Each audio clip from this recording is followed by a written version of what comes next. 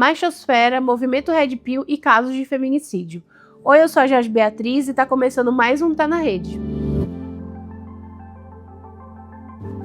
Nas últimas semanas, com o aumento dos casos de feminicídio e a divulgação de dados bem alarmantes, a pauta das redes sociais voltou para um fenômeno que já existia e que vem crescendo cada vez mais, que é a machosfera. Esses influenciadores e canais que vivem para poder falar sobre o valor do homem e atacar o feminismo, além de ensinar que o relacionamento ele é um ambiente de disputa e acabar propagando o ódio, o desprezo e a aversão contra as mulheres. E o que parecia só mais uma bolha da internet começou a mostrar que tem um alcance muito maior. Um relatório recente do NetLab da Universidade Federal do Rio de Janeiro identificou mais de 120 canais brasileiros no YouTube dedicados a conteúdos misóginos, que juntos somam mais de 23 milhões de inscritos. Esses canais cresceram 600% desde a pandemia.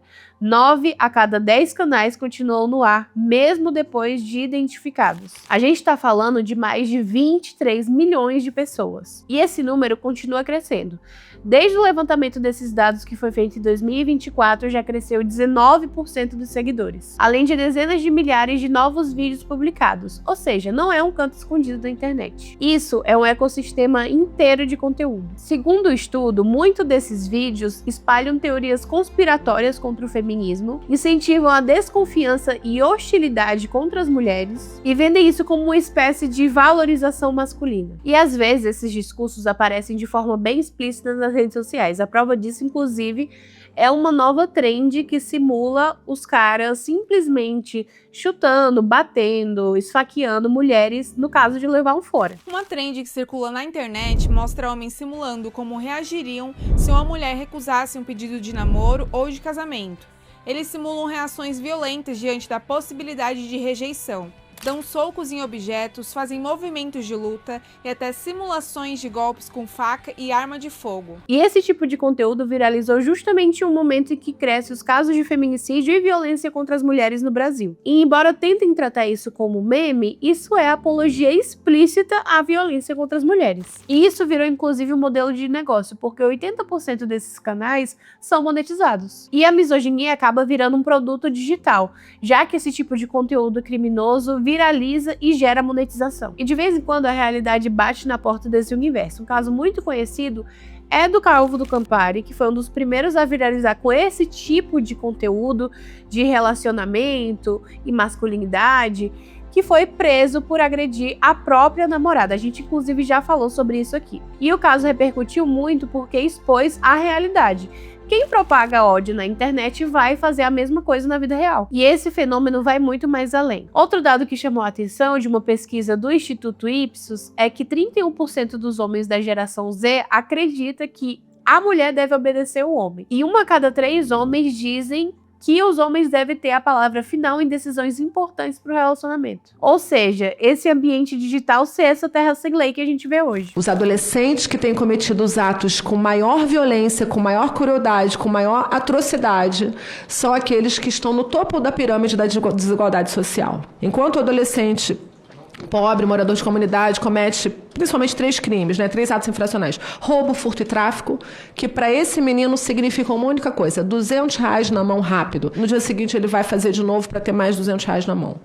Só que os atos mais violentos, estupros virtuais, tortura de animais, homicídios. A gente teve um jovem que ateou fogo ao morador de rua, vivo, e transmitiu ao vivo pelo Discord, há 2 anos atrás, um menino de classe média. São praticados por aqueles adolescentes que nasceram em famílias estruturadas, que têm acesso a ótimas escolas, que têm pai e mães presentes, a maioria com curso superior. Durante esse depoimento, a juíza Vanessa Cavalieri ainda indica dados que revelam que crianças começam a ter o primeiro contato com pornografia por volta dos 9 anos de idade. E esse tipo de material acaba virando a primeira referência sobre sexo e relacionamento que as pessoas têm. O problema é que a pornografia, a maioria das vezes, mostra relações violentas, degradantes e extremamente desiguais. A juíza relatou, inclusive, que casos de violência sexual envolvendo adolescentes têm um padrão muito preocupante, porque eles parecem estar reproduzindo esses vídeos pornográficos. No caso do estupro coletivo da adolescente de 17 anos do Rio de Janeiro, a imagem da prisão de um dos réus chamou a atenção justamente por mostrar esses códigos da machosfera. A Folha de São Paulo publicou a Bruna Fante, a repórter, mostrando um desses estupradores, que é o Vitor Hugo Simonin, 19 anos, que quando ele se entrega, ele se entrega e na camiseta dele tem os dizeres regret nothing, que é não se arrependa de nada.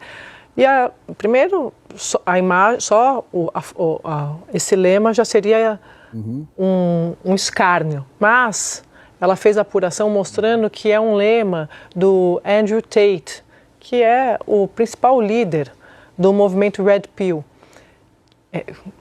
Ele tem milhões de seguidores, o que é chocante, e muitos meninos seguem o Andrew Tate e criam e desenvolvem essa cultura do ódio, de misoginia, o ódio às mulheres, e como eles tratam as mulheres como subgrupo, como eles tratam as mulheres como lixo. Isso. A frase que no português significa não se arrependa de nada viralizou porque justamente acabou revelando algo muito maior. Essa cultura da misoginia disfarçada de meme e de piada. Esse tipo de conteúdo ajuda a normalizar o desprezo pelas mulheres, a desumanizar as vítimas e tornar a violência algo banalizado. Quando a gente junta tudo isso, o crescimento da machosfera nas redes sociais, os dados sobre misoginia entre os jovens, os casos de violência que continuam acontecendo até com influenciadores envolvidos em episódios graves. Fica cada vez mais claro que a gente está falando sobre um ambiente patriarcal que está se intensificando